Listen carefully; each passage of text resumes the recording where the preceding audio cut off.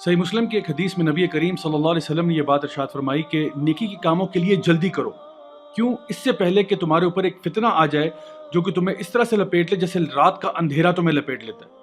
اور اس میں ہوگا کیا کہ ایک شخص جو ہے وہ صبح کے ٹائم اٹھے گا تو مومن ہوگا، اور رات کو سونے کے لیے جائے گا تو کافر ہوگا، یا پھر رات کو سونے جائے گا تو مومن ہوگا اور صبح اٹھے گا تو کافر ہوگا، اور لوگ ایک چھوٹی سی دنیا کی قیمت کے پیچھے اپنے دین کو بیچ دیں گے۔ My dear brothers and sisters, یہاں پہ نبی کریم صلی اللہ علیہ وسلم نے جس چیز کی طرف ہمیں ترغیب دی ہے وہ یہ ہے کہ نیکی کے کاموں کے اندر جلدی کرنا، نیکی کے کاموں کی عادت بنانا اس سے پہلے کہ آپ کے اوپر کوئی برا وقت آ جائے۔ ایک اور روایت میں نبی کریم صلی اللہ علیہ وسلم نے یہ بات ارشاد فرمائی کہ دو چیزیں ایسی ہیں جس کے اندر بہت سارے لوگ جو ہے وہ ڈیسیو ہو جاتے ہیں، چیٹ ہو جاتے ہیں۔ کیا چیزیں ہیں؟ ایک آپ کی صحت اور ایک آپ کا فری ٹائم۔ زیادہ تر لوگوں کا معاملہ یوں ہے کہ جب ان کے پاس صحت ہوتی ہے تو اس ٹائم پہ وہ نیکی والے کام نہیں کر رہے ہوتے، یا جب ان کے پاس فری ٹائم ہوتا ہے اس ٹائم پہ نیکی والے کام نہیں کرتے، اور جب یہ چیزیں چلی جاتی ہیں تب ان کو یاد آتا ہے کہ ہائے کاش کہ اگر میں نے یہ کام کر لیے ہوتے۔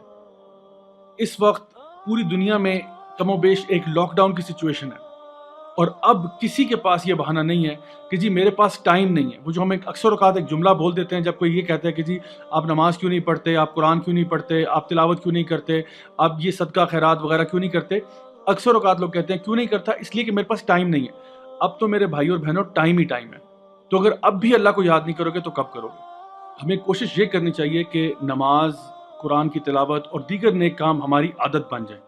جن لوگوں کی نماز عادت ہوتی ہے نا، اگر وہ بیماری میں بھی ہوں وہ تب بھی نماز نہیں چھوڑتے۔ جن لوگوں کو قرآن پڑھنے کی عادت ہوتی ہے، قرآن کی تلاوت کرنے کی عادت ہوتی ہے روزانہ، وہ بیماری کے حالت میں بھی بے چین ہوتے ہیں کہ میں نے اپنا قرآن پڑھنا ہے۔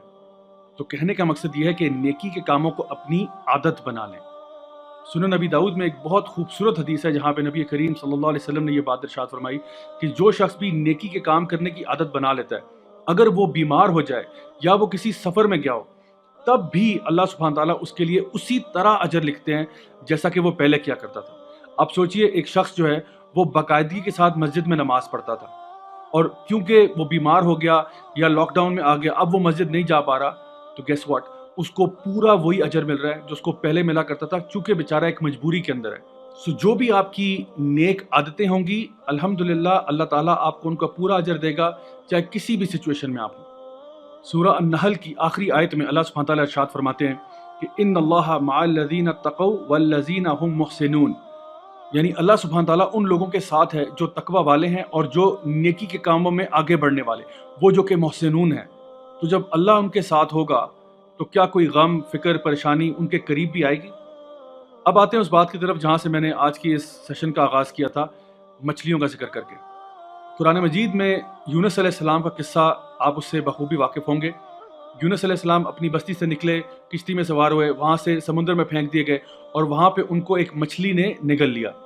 اب وہ مچھلی کے پیٹ میں رہے، اور وہاں پر سمندر کی گہرائیوں کے اندر، مچھلی کے پیٹ کے اندر، اندھیرے کے اوپر اندھیرے کے اوپر اندھیرا، کیا پکار رہے ہیں؟ لا الہ الا انت سبحانک انی کنت من الظالمین، کہ اے اللہ تو بے عیب ہے، تو ہر قسم کے عیب سے پاک ہے، غلطی مجھ سے ہوئی، میں ہوں جس نے اپنی ذات پر ظلم کیا۔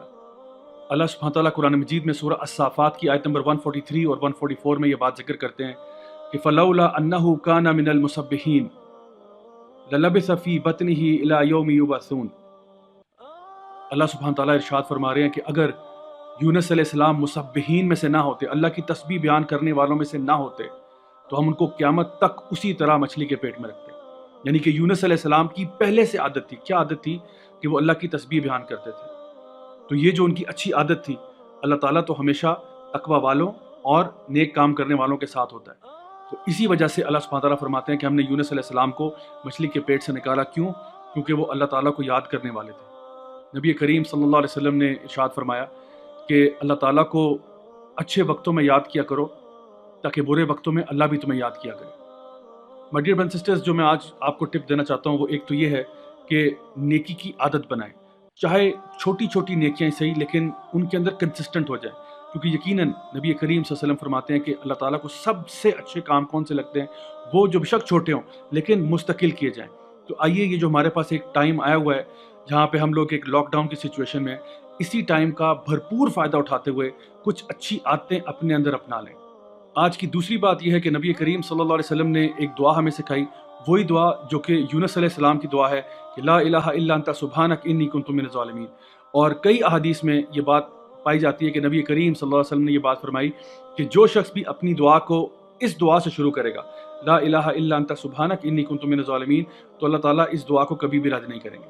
سو گائز آئی ہوپ کہ آج کے سیشن سے آپ کو فائدہ ہوا ہوگا. Please do remember me, my family and my entire team in your special دعاز. Until next time, this is me Raja Zia signing of.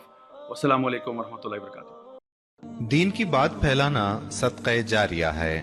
ثواب کی نیت سے ویڈیو کو شیئر ضرور کیجیے. جزاک اللہ.